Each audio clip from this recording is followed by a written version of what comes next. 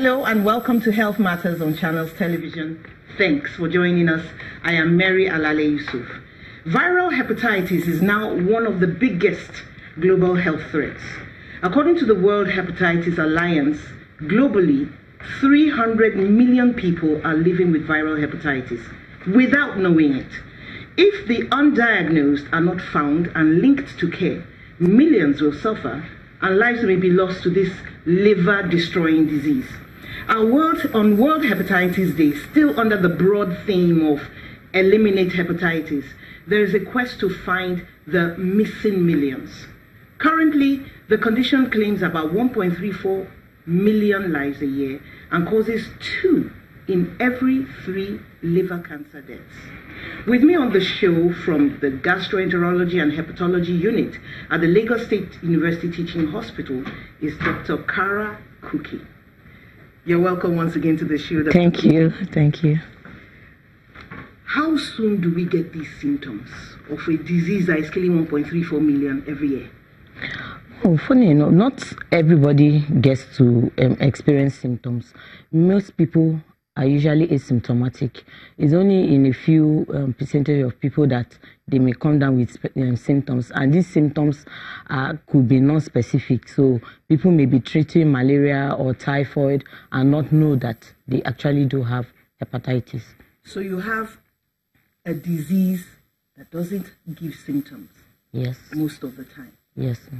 That destroys the liver and kills people. Yes. Now that is really frightening. But you said some people do have symptoms. Yes, people do have When those symptoms come up, what are they like? Okay, so the symptoms could range from tiredness, weakness, body pains, fever, that's high temperature.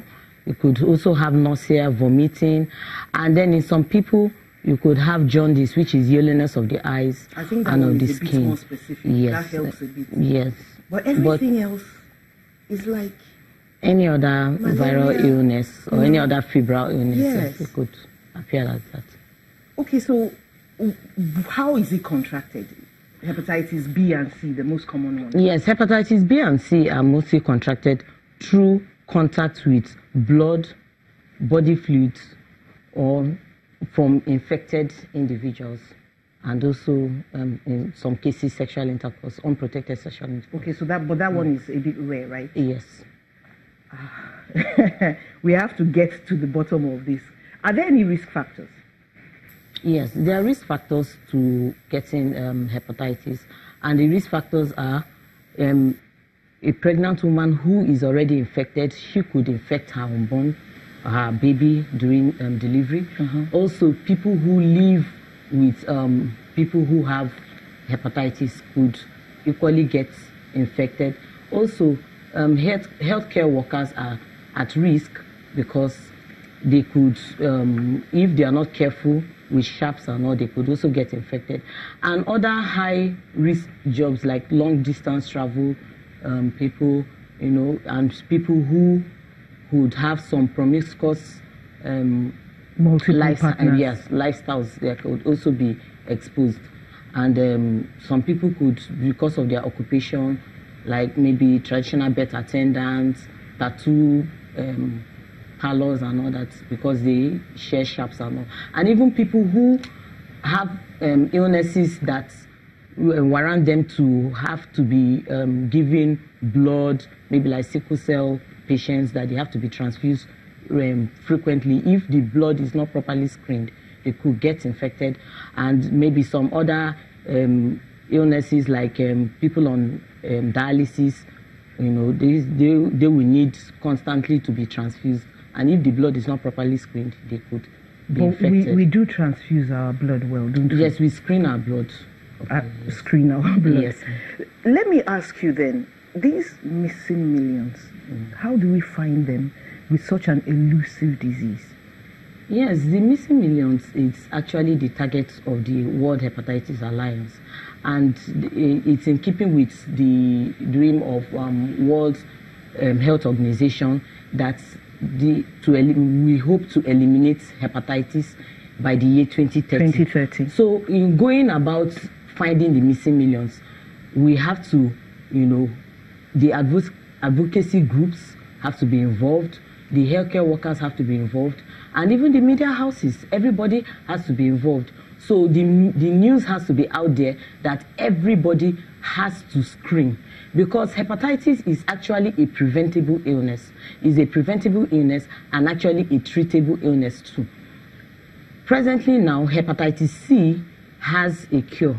In more than 95% of patients, there are drugs that they can take, and in less than 3 months, they can be permanently cured of hepatitis C. However, hepatitis B is a little bit more technical, yes, in treatment, but there's actually treatment. And in hepatitis B, there is prevention. There is a vaccine that can prevent people from contracting hepatitis B, and which can be taken. So the message out there is that everybody must know their status, and it's available in most hospitals and laboratories to test. Is this something that is going to go on, to the year 2030, that it will be easy enough for people to just walk into a hospital and just determine their status?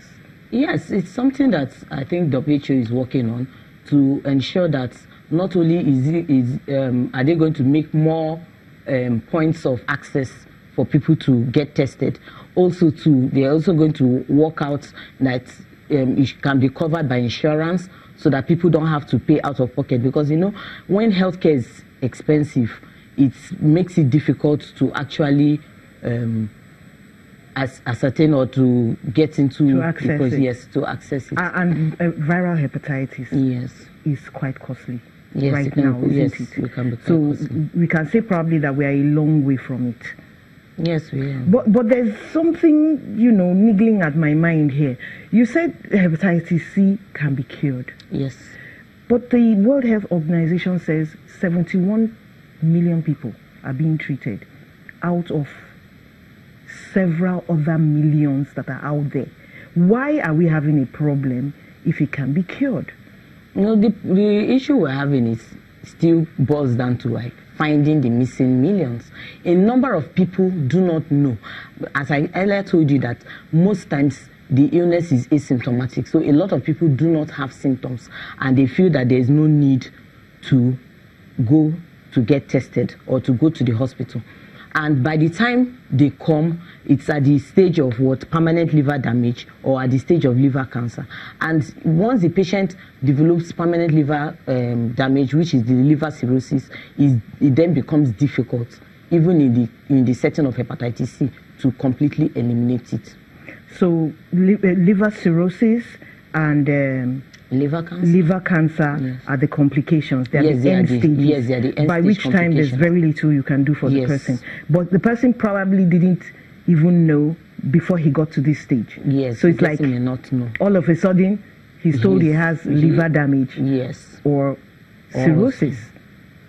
Okay, so the question now is, right now in Nigeria, can the government facilities handle screening? What is Nigeria doing about its own missing millions? Well, as a body, we, the gastroenterologists, we have our society, that is the Society of Gastroenterology Hepatology in Nigeria, known as SOGIN.